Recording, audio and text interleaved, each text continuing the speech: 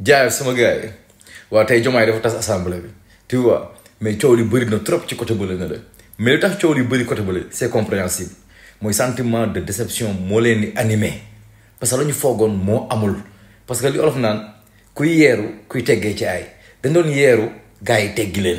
parce que ñoom bi Diomaye ne maanaam tey jii Sonko dina ñëw le 13 def déclaration de politique générale dañ ñoom li lañ def cette conclusion nag loolu la ñu xalaat naan non Diomaye ak Sonko le torchon brûle tu vois saa waay président bi désavoué na ko donc saa waay dañu assemblée par force def ko tu vois classe ay Diop Fall bi xam nga ñoom ak Mati 3 pour mën a fen xam nga ñoom 1-2 rek ñu ne palais démb yëngu na léegi nag Sonko comme que dëkk bi dañ nekk ci ay ñu ñàkk seen i bakkan nekk si benn tension bi bu dee Sonko ne brusquement ñëwuma rek coow yi dañ koy politiser isant fi atmosphère bi ça devient lourd quoi ñu ne non saa ne leen nag le 13 naa ñëw parce que duñ ca yegg le 13 googee liy saanatoo naa Bercy googoo da ci dem le 13 googu duñ ca yegg tu vois donc bu leen waxee loolu nag dafa loolu dafa indi un sentiment d'accalmie dafa tax ñu toog ne non saa waay désavoué na ko dina ñëw parce que Diomaye kii bientôt c'est le déverse demal la comme que tey jii saa waay tas na affaire bi fii boo leen taxul xam ne fii soo koy Diomaye du Sonko doo leen ko xamati abadan daay man daba dootu leen ko xamati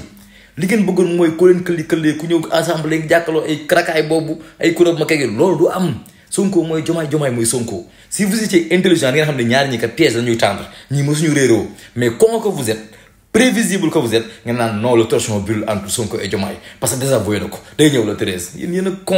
nee naa leen toujours mu wax leen ne leen li mu yaa gisee wax gars yi ñoo leen gën a pare maa ngi gis Yérim Seck toog fële neen day joxe conseil yow mën ngaa conseil Macky Sall ñu duma ko ñun ñu ko duma nga ne dañuy jox conseil ni la ñu war a doxalee Cheikh rangé wul te bàyyi yi ngay def tu vois ñun dañoo pare fépp ñu ngi yéen day mel ni Coyote ak Bip Bip même dessin animé boobu Coyote ak Bip Bip chaque jour Coyote def benn piège Bip Bip tegg ko ñu ngi yéen noonu